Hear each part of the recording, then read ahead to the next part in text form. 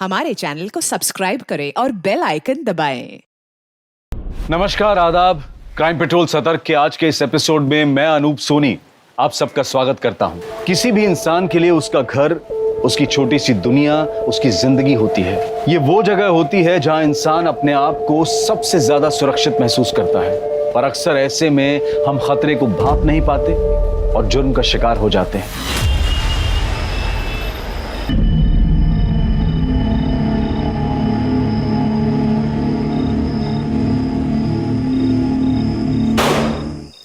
Happy birthday to you.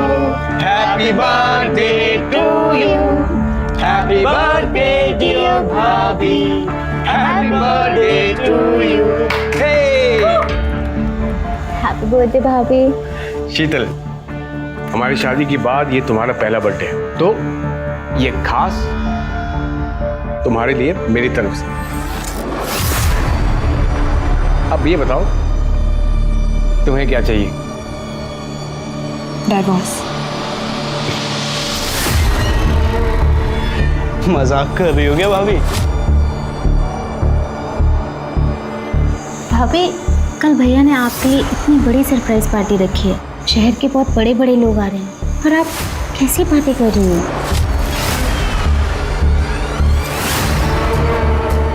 मुझे divorce चाहिए, मतलब चाहिए। और अगर ऐसा नहीं हुआ तो आप सब जानते हैं कि मैं क्या कर सकती हूँ।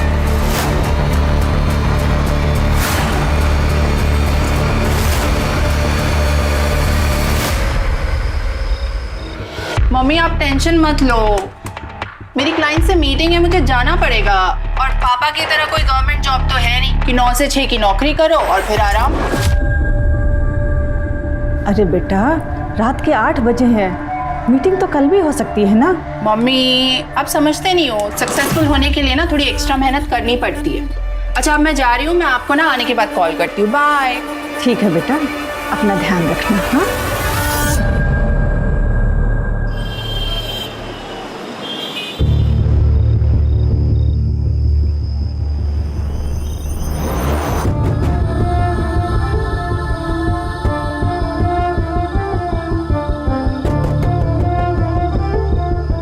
हाय, आई एम मनीष मित्तल। मुझे लगता है हम कहीं मिल चुके हैं। आई विश मिले होते। By the way Maya. Nice to meet you.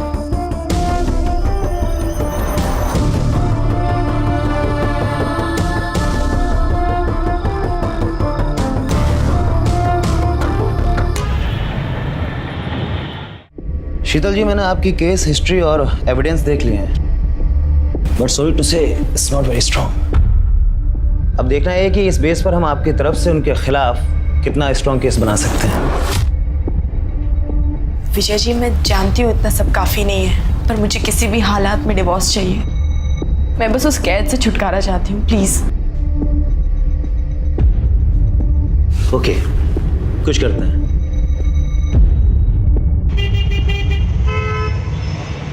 हाँ पापा, ये जॉब बहुत अच्छी है, यहाँ बहुत कुछ सीखने में मिल रहा है। और आप देखना मेरा प्रमोशन भी ना बहुत जल्दी हो जाएगा। चलो अच्छा है, पर मैं तुझसे नाराज हूँ। तेरी माँ बता रही थी कि तू मेरा 9 से 5 की सरकारी नौकरी का मजाक उड़ा रही थी। तुम दोनों माँ बेटी मिलकर मेरी पीठ पीछे मेरी बहुत चुगली करते हो, हैं?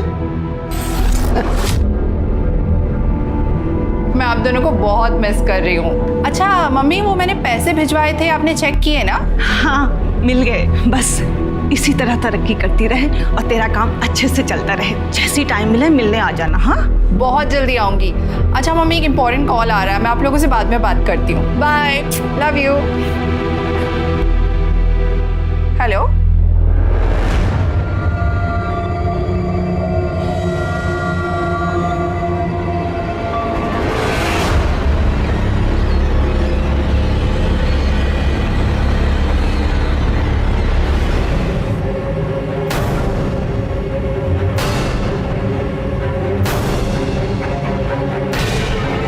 रघु,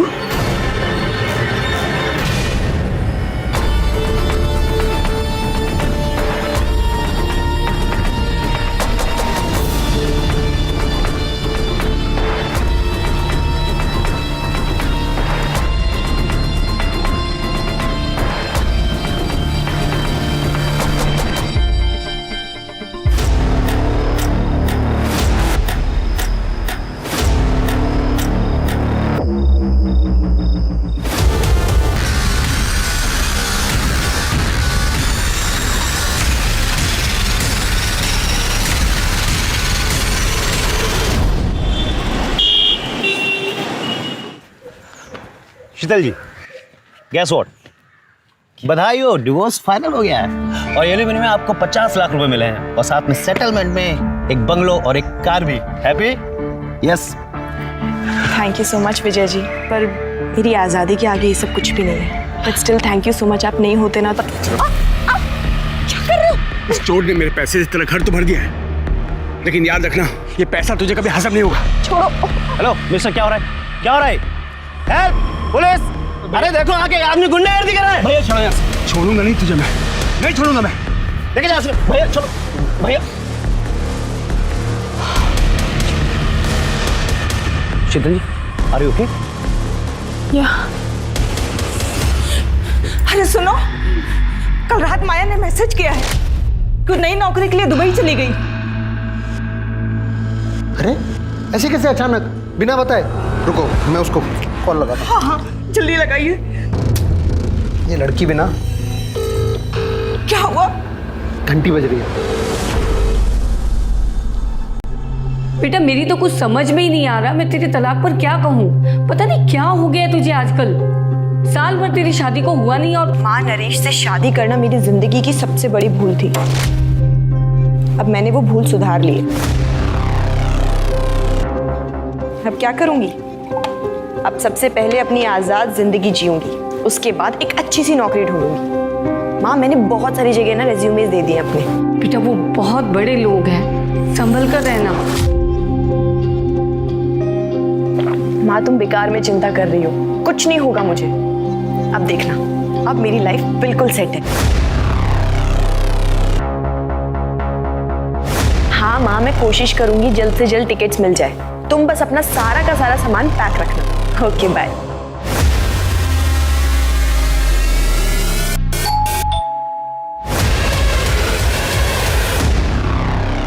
आपका पार्सल है।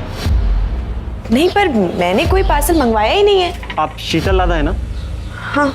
तो फिर आपका ये पकड़िए इसको। अरे पर मैंने कोई पार्सल मंगाया ही नहीं है, तो मैं कैसे लूँ इसे? मेरे पास इतना टाइम नहीं है, पकड़िए इसको। अजीब जबरदस्ती है, नहीं मंगाया मैंने। हेलो,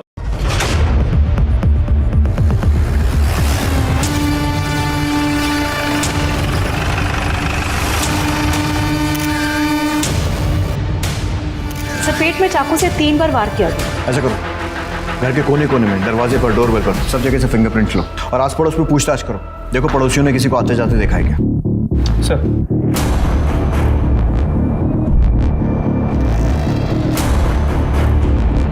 सर ठीक है। सर आप पड़ोस में एक औरत ने बताया कि मर्डर का पता चले कि कुछ टाइम पहले उसने एक कुरियर वाले को यहाँ आते हुए देखा। शक्ल देखी उसने? नहीं सर, उस कुरियर वाले ने मुंह पे रुमाल बांधा, सर पे कैप, इसलिए शक्ल नहीं देखी। सर शालिनी श्रीवास्तव से मेरी बात हुई, जिसने मर्डर की इन्फॉर्मेशन दी थी। उसने ये बताया कि शीतल कुछ दिन पहले यहाँ शिफ्ट हुई और नरेश लड्डा जो कि बिल्डर है वो उसका एक्स हस्बैंड है और कुछ दिन पहले उनका डिवोर्स हो गया। ठीक है, बॉडी पोस्टमार्टम के लिए भेजो। सर हम नरेश से मिलकर आते हैं। 1 महीने पहले आपका और शीतल का डाइवोर्स हुआ। सेटलमेंट में उसने इतना बड़ा घर लिया, पैसे भी लिए होंगे, मार्केट में आपकी रेपुटेशन खराब हुई वो अलग। अब आप ही बताइए, ये वजह कम है आप पर शक करने के लिए कि आपने ही शीतल को मारा है या फिर मरवाया? देखिए मेरा जो नुकसान होना था हो चुका। उसका मर्डर करवाने से मुझे क्या मिलेगा? और वैसे भी डिवोर्स मैंने नहीं, उसने मांगा था मुझसे, और वो भी तब जब हम उसका बर्थडे सेलिब्रेट कर रहे थे। तुम्हें क्या चाहिए? डाइवोर्स। उसने मांगा और आपने दे दिया। हम थक चुके थे उसके टॉर्चर से, और मुझे पता चल गया था कि वो मुझसे नहीं मेरे पैसों को चाहती थी। उसका मर्डर का सुन के बुरा तो लगा, लेकिन उससे ज़्यादा मुझे सुकून भी मिला है कि अब वो हमें परेशान तो नहीं कर पाएगी।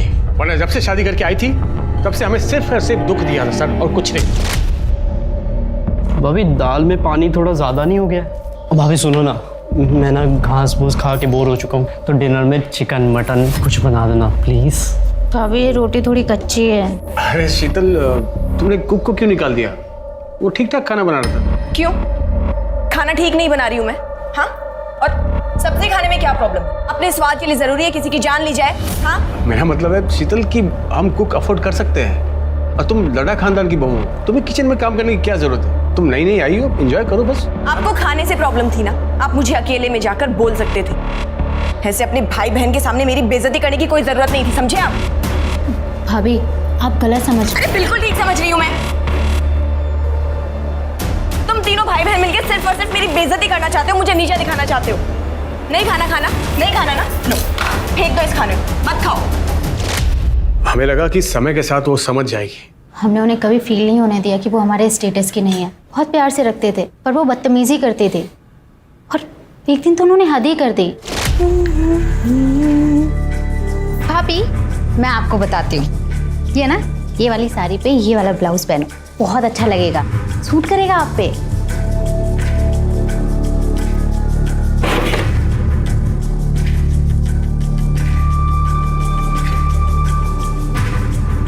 भाभी क्या कर रही हो आप? काट क्यों रही हो? तेरे छूने के बाद में अब मैं इसका पोछा भी नहीं बना सकती। और रही बात फैशन की, तो वो मुझे तेरी जैसी बहन जी से सीखने की कोई जरूरत नहीं है, जिसके पास पैसा तो बहुत है पर ओढ़ने पहनने की जरा सी अकल नहीं। आप लोग इतनी शराफत दिखा रहे थे और वो बदतमीजियां करती जा रही थी, क्यों? शायद उनकी नज़र सिर्फ हमारे पैसों पर थे, वरना वो प्रीतम से ऐसी बात नहीं करते। सर को बताओ ना, सर को बताओ। क्या हुआ? भैया वो कुछ महीने पहले की बात है। भैया काम से बाहर गए हुए थे और शीतल भाभी मेरे रूम में आई। जी भाभी, क्या काम है बताइए। कुछ नहीं, वो मैं बोर हो रही थी तो मैंने सोचा तुम्हारे पास आके थोड़ा टाइम पास कर लूं। क्या कर रहे हो तुम? वाओ, कितना सुंदर कॉम्प्लेक्स है। काश ऐसे ही कॉम्प्लेक्स मेरा भी होता। वैसे हो सकता है अगर तुम चाहो तो। हाँ भाभी, मैं भैया से बात करूँगा। उनसे उस दिन बड़ी मुश्किल से मैंने पीछा छुड़ाया। भैया को बताने से डर लगा, इसलिए मैंने दीपा से शेयर किया। वो ये सब चाल चला करती थी। सुना आपने कितनी घटिया औरत थी। एक तो मैं इस बात से निकल नहीं पाया कि उसने मेरे साथ क्या किया है, क्यों किया, और आप मुझ पर उसके मर्डर का इल्जाम लगा रहे हैं। प्लीज सर, मैं हाथ जोड़कर आपसे विनती करता हूं सर, हमें परेशान मत कीजिए। हमारा उसके मर्डर से कोई लेना देना नहीं है। सर, अगर ये लद्दा फैमिली सच कह रही है तो शीतल बहुत ही मक्कार और धोखेबाज औरत है। मिश्रा, कितने लोगों को जानते हो जो सामने से अपनी गलती मानेगी? वैसे भी ये स्टोरी की एक ही साइड है। शीतल की साइड तो हमने सुनी नहीं है, जो उसकी माँ हमें बताई। शीतल बहुत अच्छी लड़की थी और ये शादी भी उसने अपनी मर्जी से की थी। सब कुछ ठीक चल रहा था। मेरी समझ में आज तक ये बात नहीं आई कि उसने डिवोर्स क्यों ले लिया। क्यों ले लिया मतलब? उसने आपको नहीं बताया था? कहाँ बताया, कहाँ मिली वो मुझसे।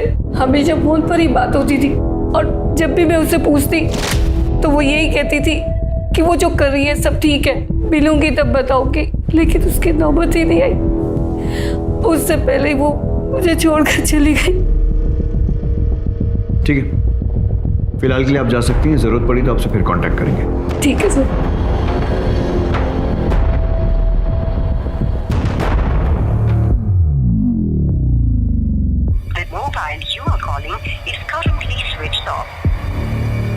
क्या हुआ?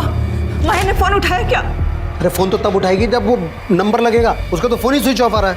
क्या हो गया इस लड़की को? 5 दिन हो गए, दुबई से सिर्फ फोटो भेज रही है, यानी कि कम से कम एक कॉल तो कर ले। अरे ये भी तो हो सकता है कि इंडिया का नंबर वहाँ काम ना कर रहा हो और वहाँ का नंबर लेने में टाइम लग रहा हो। एक बार और कोशिश करो। तुम सब ठीक होगा, तुम जाओ, एक गिलास पानी लेके आओ मेरे लिए। सर। हाँ मिश्रा। सर, शीतल के घर के फोरेंसिक रिपोर्ट के मुताबिक उसके घर में सिर्फ उसी के फिंगरप्रिंट्स मिले। उसके घर में किसी भी सामान पे, इनफैक्ट डोरबेल पे भी किसी और के फिंगरप्रिंट्स नहीं मिले। इसका मतलब जानबूझकर फिंगरप्रिंट्स मिटाए गए।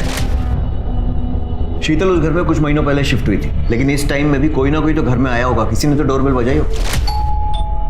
मतलब ये कि जिसने भी उसे मारा या मरवाया है, सोची समझी प्लानिंग है। सर, शीतल की पोस्टमार्टम रिपोर्ट्स आ गई। सर, इसके मुताबिक उसकी मौत दोपहर 1 से 3 के बीच में हुई और चाकू से 3 बार पेट में वार किया गया। पर मौत से पहले रेप या सेक्सुअल असॉल्ट जैसा ऐसा कुछ भी नहीं लग रहा। मतलब पीएम रिपोर्ट से भी कोई खास हेल्प नहीं है? नथिंग। सर, मैंने शीतल की बैकग्राउंड भी चेक की है। शादी से पहले या तलाक के बाद उसका कोई भी अफेयर वगैरह भी नहीं था। शीतल का एक हस्बैंड नरेश लड्डा और उसके भाई बहन, उनके कॉल रिकॉर्ड और मोबाइल लोकेशन? सर, अब तक नहीं आई, मैं जल्दी आ जाएंगे। जल्दी आ जाएंगे सर।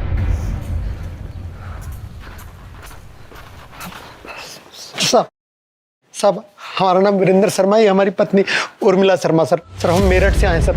सर हमारी बेटी माया शर्मा यहाँ दिल्ली में इस एरिया में रहती है सर।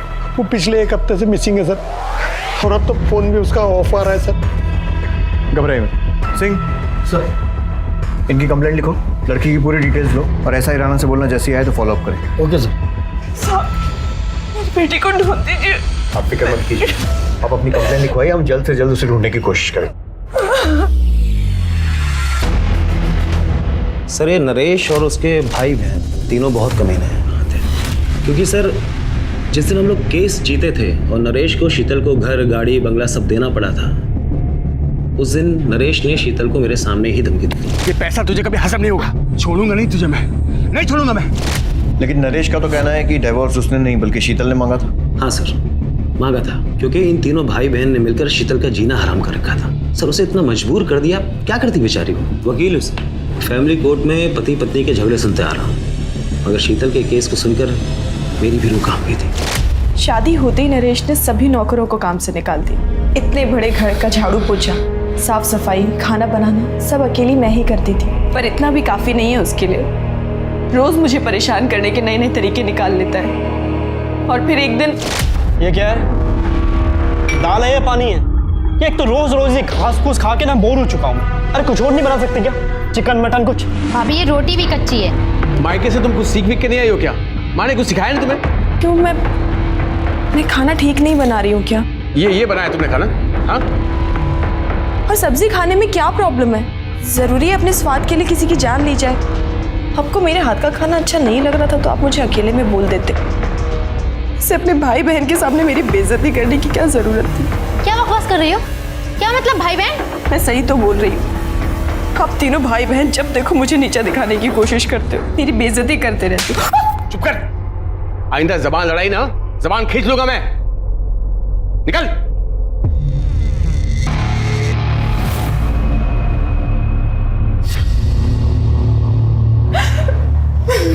अरे अरे भाभी, आप रो क्यों रही हो? हाँ, अरे मैं कह रहा हूँ ना, चुप हो जाओ, चुप हो जाओ। ये क्या कर रहे हैं आप? हाथ हटाइए। अरे हाथ हटाओ? अरे मैं तो हाथ हटा दूंगा भाभी, पर भैया शाम को जिसको ला रहे हैं आपसे मिलाने, उसका हाथ कैसे हटाओगे? क्या नरेश, तुम अपना काम निकलवाने के लिए मुझे किसी ऑफिसर के साथ सोने के लिए बोल रहे हो? नरेश, बीवी हूं मैं तुम्हारी। चिल्ला मत। तुझे क्या लगा रे? मुझ जैसे बिल्डर ने तुझ जैसे गरीब से शादी प्यार में पागल होकर की है? तेरे पास ये शक्ल ये फिगर नहीं होती ना, तुझ जैसे को मैं घास भी नहीं डालता। अच्छा चल ठीक है, सुन, ज़्यादा नाटक मत कर, जल्दी से तैयार हो जा। और सिर्फ आज याद रखना, तुझे उसे सिर्फ खुश करना है ताकि वो 50 करोड़ का कॉन्ट्रैक्ट मुझे दे दे। और कुछ नहीं, समझिए, सिंपल। नहीं, मैं ऐसा कुछ भी नहीं करने वाली। क्या बोली तुम? क्या बोली? भैया क्या कर रहे हो? क्या चाहते हो? ऑफिसर का मूड खराब हो जाए इसकी सूजी हुई शक्ल को देख के, और कॉन्ट्रैक्ट हमारे हाथ से निकल जाए? समझा इसको, जल्दी से तैयार हो जाए, नहीं तो जान से जाएगी।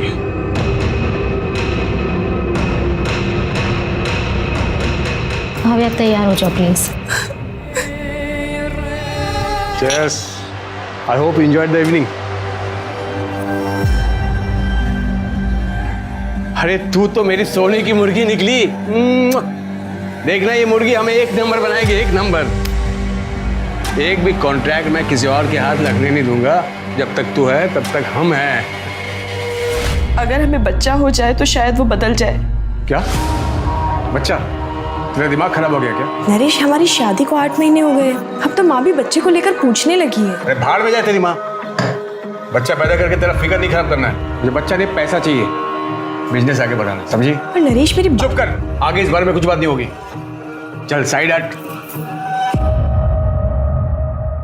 कुछ सोचो सही, नहीं तो धंधा चौपट हो जाएगा।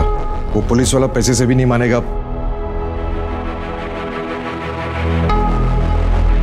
ठीक है, मैं कुछ करता हूं। सुन, एक पुलिस वाले ने नाक पे दम कर रखा है,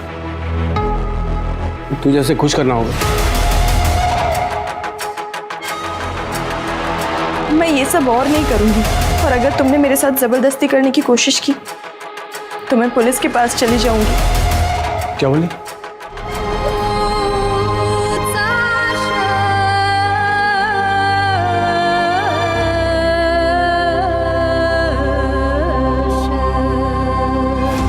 शीतल ने उस पुलिस वाले के साथ की बातचीत की रिकॉर्डिंग कर ली थी और घर जाकर के नरेश को सुना दिया, जिसमें पुलिस वाला खुद मान रहा था कि नरेश शीतल को मजबूर करता था दूसरों के साथ सोने के लिए। वो रिकॉर्डिंग सुनकर नरेश ने क्या किया? दरअसल उस शाम शीतल का बर्थडे था, तो इन तीनों भाई बहन ने मिलकर उसे सरप्राइज पार्टी दिया। वो लोग उसे इमोशनल यूज करके वो रिकॉर्डिंग डिलीट करवाना चाहते थे, मगर शीतल ने साफ साफ कह दिया कि उसे डिवोर्स चाहिए। वो रिकॉर्डिंग अभी कहाँ है? नरेश के पास। वो इसी शर्त पर डिवोर्स के लिए तैयार हुआ था कि शीतल रिकॉर्डिंग उसे वापस कर देगी और इसकी जितनी भी कॉपियां हैं वो सब डिलीट कर देगी। और अगर देखा जाए तो इस हिसाब से नरेश के खिलाफ कोई भी सबूत नहीं मिलता। उस पुलिस वाले का नाम क्या था? सर वो आप जानते हैं कि मैं बता नहीं सकता, लेकिन शीतल के लिए दुख होता है। कितनी मुश्किल से उसे वो सब चीज़ें मिली थी जिसकी वो हकदार थी। सर उसके कातिल को प्लीज़ छोड़िएगा मत। पुलिस के सामने शीतल की दो छवियां आई, लेकिन दोनों एक दूसरे से विपरीत थी। पहली गुस्सैल, बदतमीज, मौका परस्त जो लाड़ा परिवार ने बताई। दूसरी एक मजबूर, असहाय, पीड़ित औरत की, जिससे उसका अपना पति अपने फायदे के लिए जिस्म फरोशी करवा रहा था। आखिर शीतल का असली किरदार क्या था? क्योंकि उसे समझे बिना इस केस को समझ पाना बहुत मुश्किल था। सर लट्टा फैमिली का बैकग्राउंड चेक किया, पता चला काफी टेढ़े लोग, कंस्ट्रक्शन बिजनेस में है तो काफी ऊपर तक कॉन्टैक्ट्स, कॉल रिकॉर्ड्स में गुंडे, हिस्ट्री शीटर्स, इन सब के नंबर्स, और इनके खिलाफ धोखाधड़ी की केसेस भी रजिस्टर्ड है। मोबाइल लोकेशन चेक की? जी सर, लेकिन 10 तारीख को इनमें से किसी की भी मोबाइल की लोकेशन शीतल के घर के आसपास की नहीं। मिश्रा, ये लड्डा नामी बिल्डर है, तो पॉसिबल है कि ये काम इसने किया नहीं, करवाया हो। इसके लिए इसमें जितने भी गुंडे और हिस्ट्री शीटर है ना, उनको राउंड अप करते हैं, वो बताएंगे कुछ। इंस्पेक्टर, अब प्लीज उस घटिया औरत के लिए हमें परेशान मत कीजिए। उसे हमने नहीं, उसी के किसी यार ने मारा होगा, जिसके लिए उसने मुझसे डिवोर्स लिया था। वो एक नंबर की झूठी, मक्कार और कैरेक्टरलेस औरत थी। वैसे हमारी इंक्वायरी में आपका कैरेक्टर भी कुछ ऐसे ही आ रहा है, और अगर वो इतनी बुरी थी तो फिर घर, गाड़ी, पैसा ये सब देकर सेटलमेंट क्यों करना पड़ा? कोर्ट में प्रूव क्यों नहीं कर पाए? एक्चुअली वो मुझे ब्लैकमेल कर रही थी, एक ऐसी चीज को लेकर जिसे मैं कभी बाहर नहीं आने दे सकता था। और वो चीज उस पुलिस वाले की रिकॉर्डिंग थी जिसके साथ सोने के लिए आपने उसे भेजा था। किस रिकॉर्डिंग की बात कर रहे हैं आप? मैं तो ये फोटो की बात कर रहा हूँ। कहाँ से आई मतलब? आपका कहने का मतलब है कि फोटो फेक है? Did I say that? No, did I say that? Fake है।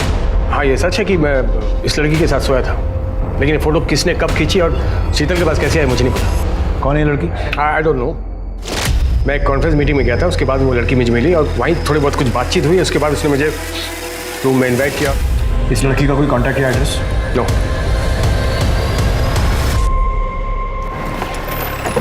नरेश की बातों से एक अलग ही एंगल है। मतलब शीतल का वकील उसे जितना शरीफ बताने की कोशिश कर रहा है, शायद वो ऐसी है नहीं। मिश्रा, बात करो फोटो में वो लड़की कौन है, वो फोटो खींची किसने है, और शीतल के पास वो फोटो किसने भेजी है, ठीक उस वक्त जब डिवोर्स की प्रोसीडिंग चल रही थी। सर 2 दिन हो गए कंप्लेन कराए हुए सर। सर हमारी बेटी अभी तक मिसिंग है सर। आपका केस तो ऐसा ही राणा देख रहा है। राणा कहाँ है? सर राणा साहब तो केस के सिलसिले में बाहर गए। आइए अब मेरे साथ, संभल के। एक मिनट दिखाइए।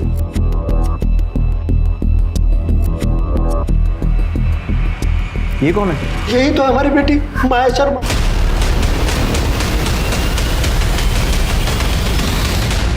सर हमारी बेटी माया 7 तारीख को नई दिल्ली से दुबई गई थी नौकरी ज्वाइन करने के लिए। ये देखिए साहब, दुबई से फोटो भेजती है, पर कॉल करते हैं तो उठाती नहीं है, कॉल बैक भी नहीं करती है। सर शुरू में तो 1-2 दिन हमने इंतजार किया कि फ़ोन करेगी, पर बाद में तो उसका फ़ोन भी स्विच ऑफ हो गया। फिर हम लोग मेरठ पुलिस के पास गए, उनसे कहा तो उन्होंने कहा कि हाँ आप लोग दिल्ली जाइए, क्योंकि वो माया दिल्ली में ही रहती थी। माया दिल्ली में क्या कर रही थी? सर मार्केटिंग में नौकरी करती थी सर, सब कुछ अच्छा खासा चल रहा था। उसने रहने के लिए घर ले लिया था और खर्चे के लिए हमें पैसे भेजती थी। मम्मी वो मैंने पैसे भिजवाए थे, आपने चेक किए ना? फिर अचानक 7 तारीख को उसका SMS आया कि वो उसने नौकरी छोड़ दी है, उसको दुबई में नई नौकरी मिली और इसलिए वो वहाँ जा रही है। जाने से पहले हमसे मिलकर भी नहीं गई। यहाँ पर किस कंपनी में जॉब करती थी? तो सर ये तो कभी मैंने उससे नहीं पूछा। ठीक है, अभी आप जा सकते हैं। मिश्रा, माया के पिछले 2 महीने के कॉल रिकॉर्ड्स, मोबाइल लोकेशन और जितनी भी जानकारी मिल सकती है निकालो। उसका social media account, email ID सब कुछ ढूंढो और अच्छे से छानबीन करो। सर नरेश के कॉल रिकॉर्ड में जिन गुंडों के नंबर थे उन्हें लेकर आए। साहब हम गुंडे नहीं, मजदूर लोग हैं साहब, छोटा मोटा काम कर लेते पेट पालने के लिए सर। और नरेश लड्डा के हिस्से की मार खाना भी तुम्हारे छोटे मोटे काम में आता है? देख सोच कर जवाब देना।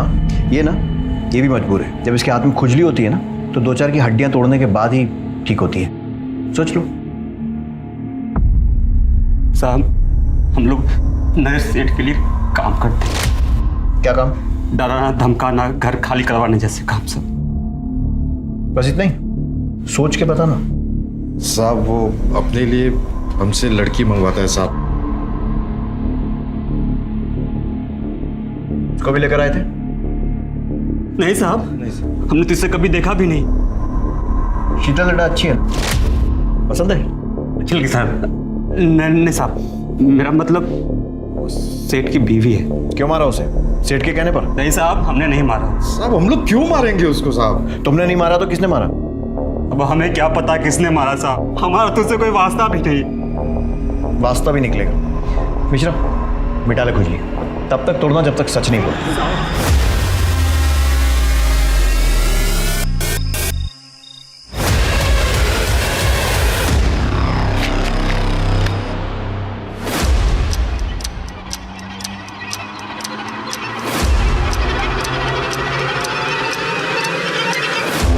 सर, माया ने 7 तारीख को दोपहर 2 बजे की दुबई जाने की फ्लाइट की टिकट निकाली थी और 7 तारीख की सुबह 10 बजे उसने ऑनलाइन चेक इन भी किया। मतलब वो सही में दुबई जा रही थी? देख के तो ऐसा ही लग रहा, लेकिन ना वो एयरपोर्ट गई ना उसने फ्लाइट ली। टिकट लिया, ऑनलाइन चेक इन भी किया, तो फिर फ्लाइट क्यों छोड़ दी? हो सकता है लास्ट मिनट उसका मन बदल गया हो, या फिर किसी ने ज़बरदस्ती उसे जाने से रोका। लेकिन दोनों ही केसेस में वो दुबई वाले पिक्चर्स कहाँ से आए जो उसने अपने माँ बाप को भेजे? सर हमने पता किया, वो पिक्चर्स इंटरनेट से निकाले गए और उसके माँ बाप को इसलिए भेजा गया ताकि उन्हें यकीन हो कि माया दुबई में है। सारे पुलिस स्टेशन में माया की डिटेल्स भेजी? जी sir. Excuse me. Hello, PSA Mishra बोल रहा हूँ। ठीक है सर, फरीदाबाद के पास के जंगल में एक माया से मिलती जुलती बॉडी मिली। बॉडी काफ़ी सड़ चुकी है, तो आइडेंटिफाई करवाना होगा।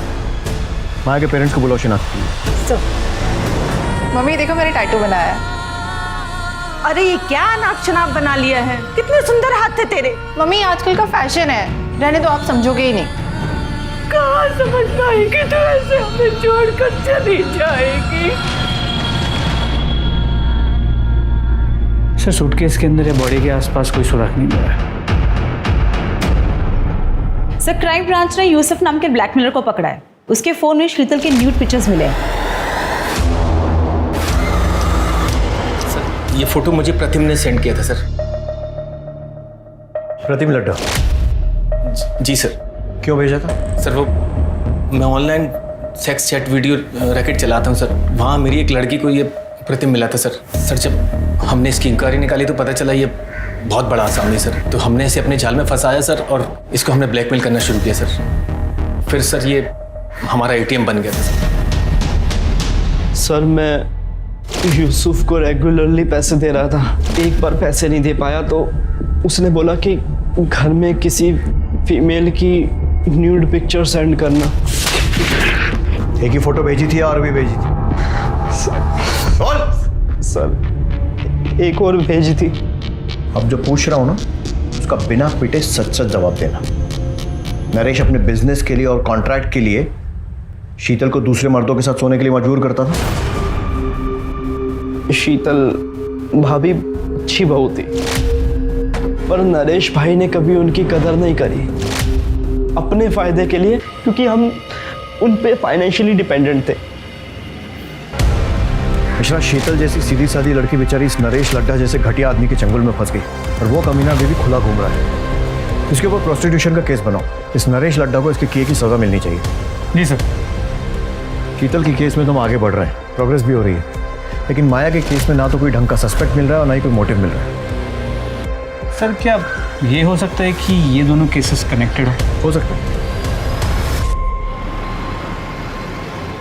सर माया का फोन 9 तारीख को स्विच ऑफ हुआ। माया के कॉल रिकॉर्ड्स में 2 नंबर में, एक किसी अनिल नाम के फोटोग्राफर का है जिसकी पुरानी दिल्ली में फोटो स्टूडियो, और दूसरा नंबर फेक आईडी पे लिया गया जिसके साथ माया की अक्सर लंबी बातें हुआ करती, और सर वो नंबर 9 तारीख से स्विच ऑफ, अब तक ऑन नहीं हुआ है। सर माया ने अपने कार्ड से 6 मार्च को एरोसिटी में एक होटल भी बुक किया था और सर उसने अपने लैंडलॉर्ड को पूरे रेंट के पैसे देके वो रूम छोड़ दिया था, पर उसके लैंडलॉर्ड को उसको दुबई जाने की बात बिल्कुल पता नहीं। मतलब उसने दुबई का टिकट बुक कराया था, अपना रूम छोड़ा था लेकिन शायद वो दुबई गई नहीं। जी सर। सबसे पहले तो इस फोटोग्राफर को उठाओ, पता करते हैं माया और इसका क्या कनेक्शन, और दूसरा ये फेक नंबर, उसकी जो भी इंफॉर्मेशन मिल सकती है, कहाँ से इशू हुआ, प्रीपेड है, पोस्टपेड है, सब कुछ पता करो। सर। आखिरकार माया की पोस्टमार्टम रिपोर्ट से पता चला कि माया को नींद की दवा दी गई थी, वजह से 7 तारीख की दोपहर को लगभग 12 से 3 के बीच हुई। जिस दिन माया दुबई जाने वाली थी, क्या कोई ऐसा था जो उसे दुबई नहीं जाने देना चाहता था?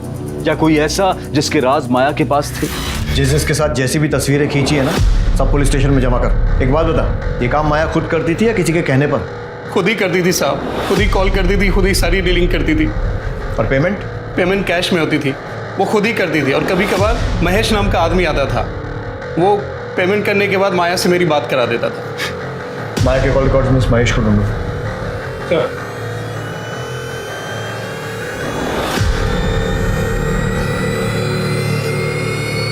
सर, महेश का पता चल गया। उठा लो उसे। साहब मैं सच बोल रहा हूँ, माया मैडम जो बोलती है मैं वो करता हूँ। वो अक्सर लोगों को लिफाफे पैकेट देने के लिए बोलती थी। मुझे लगा कि अनिल भी इनका आदमी होगा। अब वो कौन है, क्यों है, क्या है, मैं ये सब उनसे नहीं पूछ सकता ना। तू तो कुत्ते जैसा वफादार आदमी है ना। देख, माया का मर्डर हो गया है, अभी अगर मुंह नहीं खोलेगा ना तो लंबा अंदर जाएगा तू। तेरे फोन रिकॉर्ड्स, कॉल लोकेशन सब निकाल लिए हमने, जिससे क्लियर है कि 6 तारीख को तू माया के होटल गया था और बाद में भी होटल के आसपास ही था, और अगले दिन होटल से एयरपोर्ट की तरफ भी गया था जब माया दुबई जाने के लिए एयरपोर्ट निकली थी। साहब मुझे क्यों फंसा रहे हो? मैं तो जो साहब बोलते थे वो करता था। तो मैं भी तो वही पूछ रहा हूँ ना, क्या किया तूने? 6 मार्च की शाम को माया मैडम को होटल पर ड्रॉप किया था। तो जब माया को ड्रॉप किया था वो अकेली थी? हाँ सर। उसके साथ कोई सामान वगैरह था? नहीं साहब, खाली हाथ में पर्स था बस। फिर मैंने शाम को साहब को होटल ड्रॉप किया और गाड़ी वहीं छोड़ के अपने एक दोस्त के पास रहने चला गया।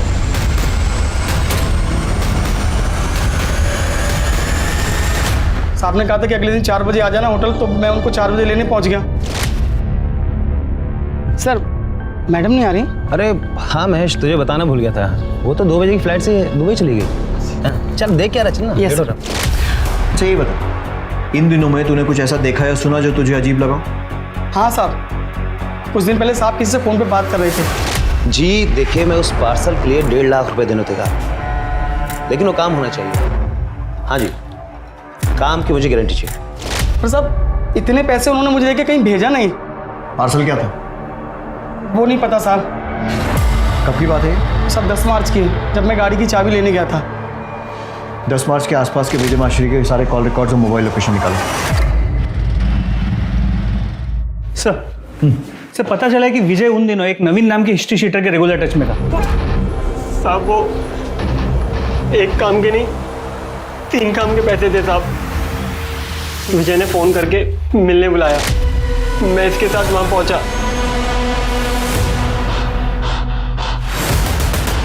आने लगा। तीसरा बताओ। तीसरा, शीतल का मर्डर।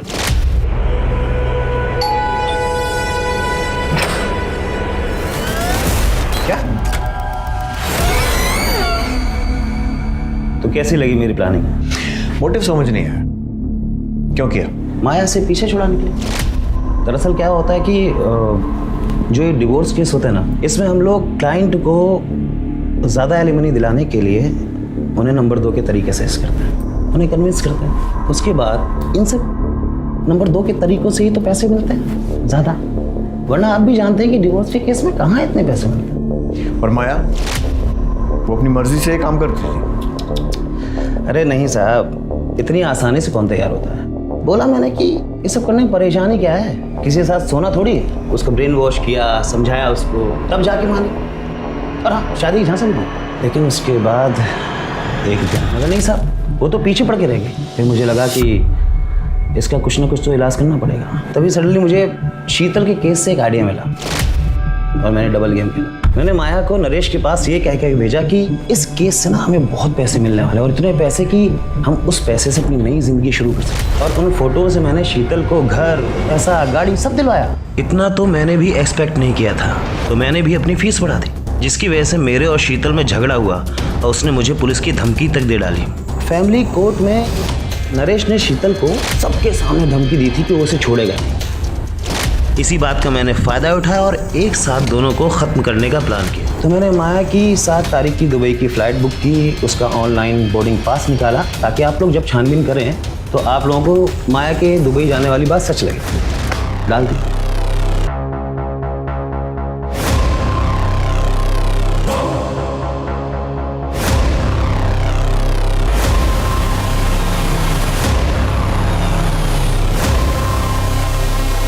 मैंने माया का फ़ोन अपने पास ही रख लिया था। एक रात पहले ही उसके घर वालों को मैंने मैसेज कर दिया कि मैं दुबई जा रही हूँ नौकरी के सिलसिले में, और 2 दिन तक दुबई की फ़ोटो भेजता रहा। उसके 2 दिन बाद मैंने उसके फ़ोन को तोड़ के फेंक दिया। माया और शीतल के मर्डर केस में चार्जशीट फाइल करो, और ध्यान रहे कि फांसी नहीं तो कम से कम उम्र कैद तो होनी चाहिए। इंस्पेक्टर, आप भूल रहे हैं कि मैं एक वकील हूँ और कोई ना कोई दंड फंद लगा करके बाहर निकल जाऊंगा। ये केस इंसान की हैवानियत का एक जीता जागता उदाहरण है। शीतल एक सीधी सादी जिंदगी चाहती थी, जबकि नरेश, विजय और माया ने पैसे के लालच में गलत रास्ता चुना। अब मैं अनूप सोनी आपसे विदा लेता हूं। फिर मुलाकात होगी क्राइम पेट्रोल सतर्क में एक और नए केस के साथ।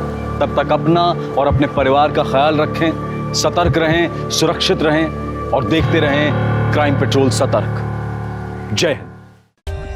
For more updates, subscribe to our channel, click the show links and enjoy watching the videos.